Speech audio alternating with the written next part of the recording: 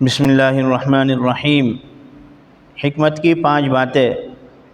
حضرت حسن بصری رحمۃ اللہ علیہ نے فرمایا، میں نے تورات میں 5 باتیں لکھی دیکھیں۔ نمبر 1، غنا، دولت مندی قناعت کے اندر ہے۔ نمبر 2، سلامتی گوشہ نشینی میں ہے۔ نمبر 3، حریت، آزادی خواہشات کو چھوڑ دینے میں ہے۔ نمبر 4، محبت، رغبت کے چھوڑ دینے میں ہے۔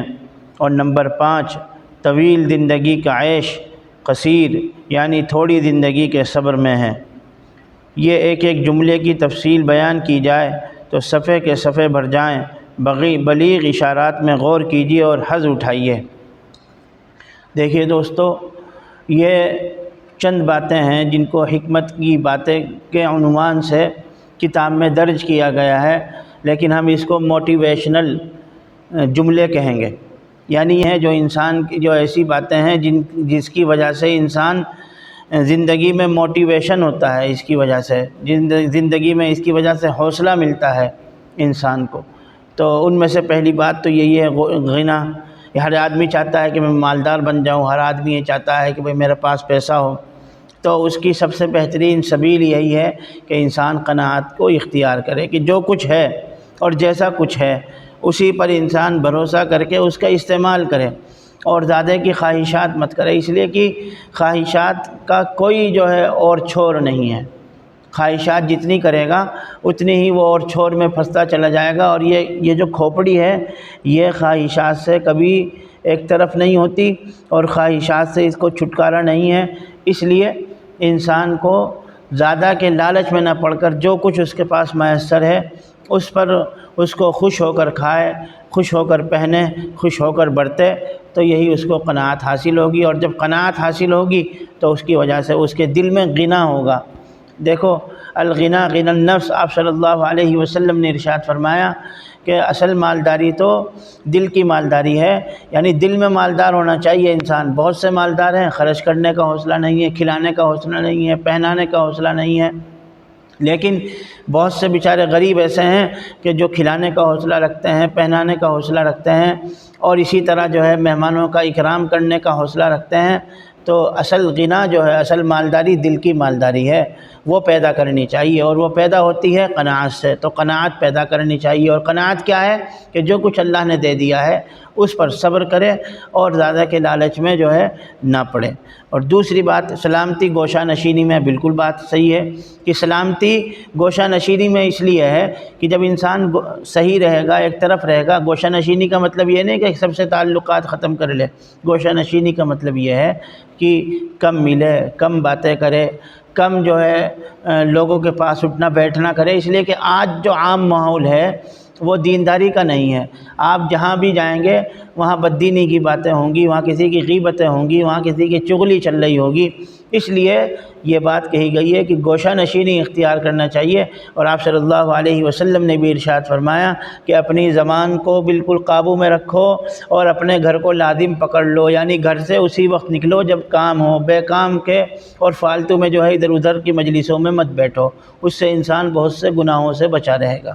تو تیسری بات یہ ہے حریت، آزادی خواہشات کو چھوڑ دینے میں ہے۔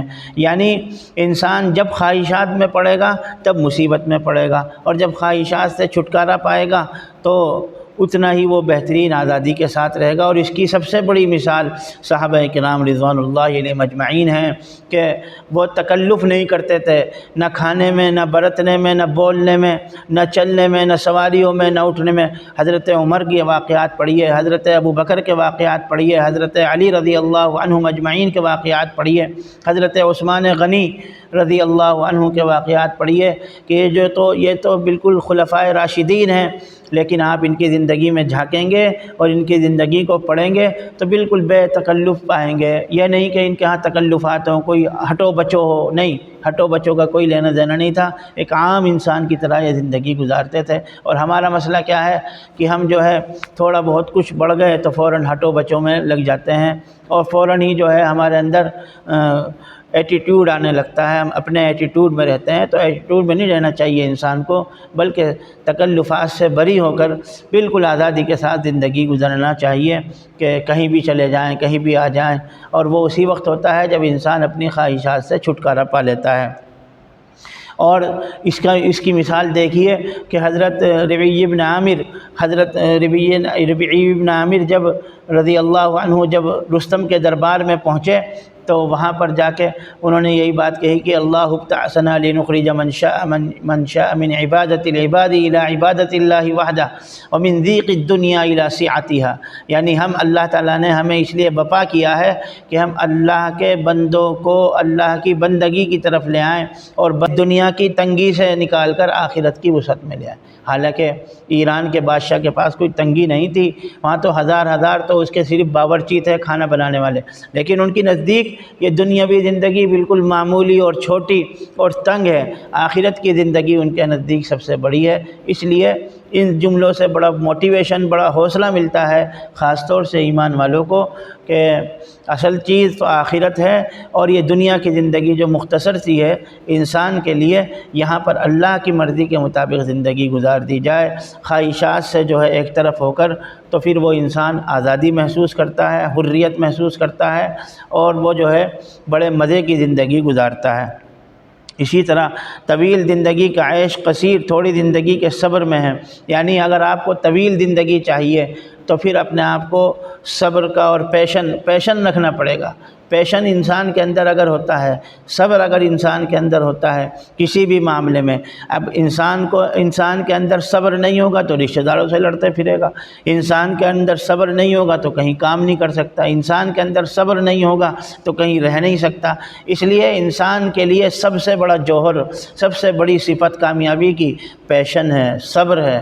انسان کو ہر وقت صبر رکھنا چاہیے، ہر معاملے میں، بولنے میں، اور اسی طرح برتنے میں، اسی طرح آنے جانے میں، اسی طرح کھانے پہننے میں، اسی طرح اوڑھنے بچھونے میں، ہر معاملے میں وہ صبر کو اختیار کرے گا تو یقینی طور سے اس کی زندگی بہترین ہوگی۔